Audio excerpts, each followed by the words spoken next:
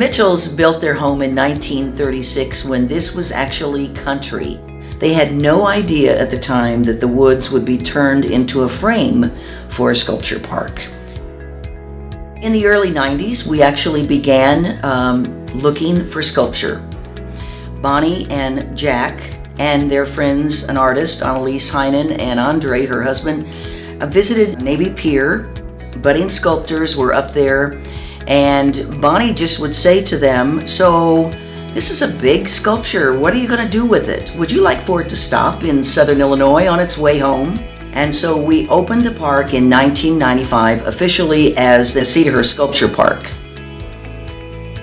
Cedarhurst strives to be a resource for this community in all ways. It starts inside our galleries, it expands through the Beck Family Center, up to the Schroed Art Center, and into the Sculpture Park. The Kimballs Habitat campaign will really focus on our outdoor gallery and the Sculpture Park. Our Sculpture Park plays an integral role in what we do here at Cedarhurst as part of our mission.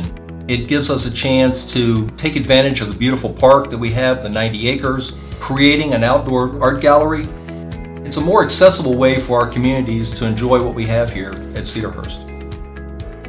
If you're on the grounds after an early morning snow, to see the sculptures in an entirely different light, and the peacefulness of the day at that point, and sometimes if it's even lightly snowing, there's like a little mist in the air. The best way I can describe it is it becomes almost magical. A lot of people are able to really identify with the different sculpture here. Kimball is the #1 example of that, and that's why he's the flagship of this campaign. Kimball stands right outside the front door. He's easily recognizable. Kids, adults, all ages love and connect to Kimball, and that's what makes him so special. Just by looking at Kimball, you wouldn't necessarily see how much repair he needs, but when you get up close, you can see the rust and you can see that he's starting to deteriorate. And so that's what we're doing now, is we're being proactive. We're trying to conserve the sculpture. We're trying to treat the woods before it gets to a point beyond our repair. We want to maintain the level of Cedarhurst quality that people have really come to expect and that our community deserves. When looking at an ecosystem, you want plants that are native to that ecosystem and to that region. What's happened in the most recent history is that plants that are non-native have come in and they're competing for resources with the rest of the forest.